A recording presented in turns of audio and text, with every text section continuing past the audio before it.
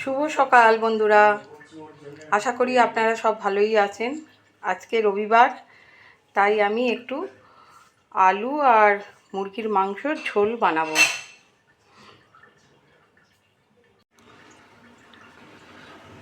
আলু দিয়ে মাংসর ঝোল বানানোর জন্য প্রথমে কড়াটা বসিয়ে গরম করতে দিয়েছি। এবার তেলটাকে ঢেলে দেব, সর্ষের তেলটাকে ঢেলে দেব, দিয়ে আলুগুলো ভেজে তুলে নেব।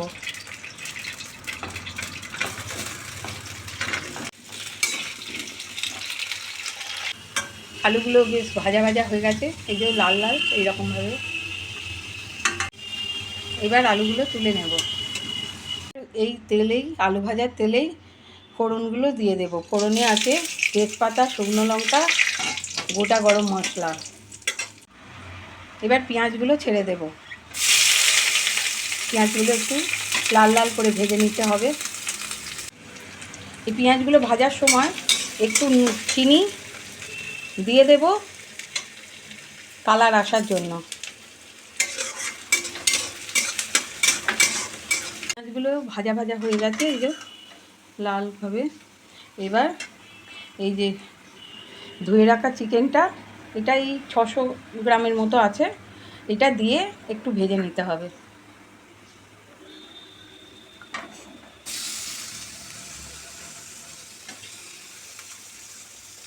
চিকেনটা ভাজা ভাজা হয়ে গেছে, এবার একে একে মশলাগুলো ছেড়ে দেব। প্রথমে টমেটো পিউরি, দুটো টমেটোকে নিয়ে বেটে রেখেছিলাম। তারপর দিয়ে দেব পেঁয়াজ, রসুন আর কাঁচা লঙ্কা বাটা। তার সঙ্গে দিয়ে দেবো হলুদ,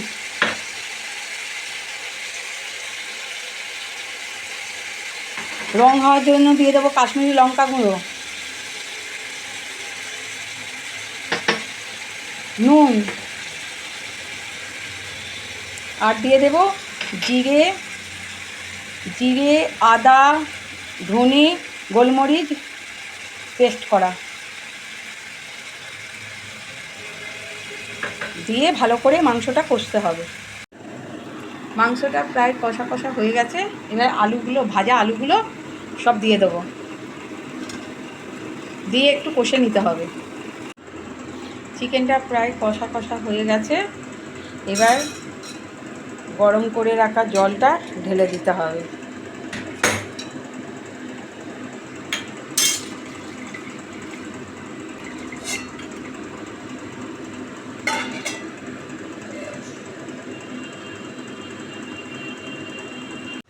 মাংসর ঝোল প্রায় রেডি।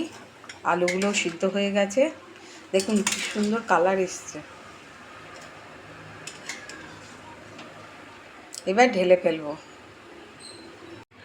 এই মাংসর ঝোলটা ঢেলে ফেললাম।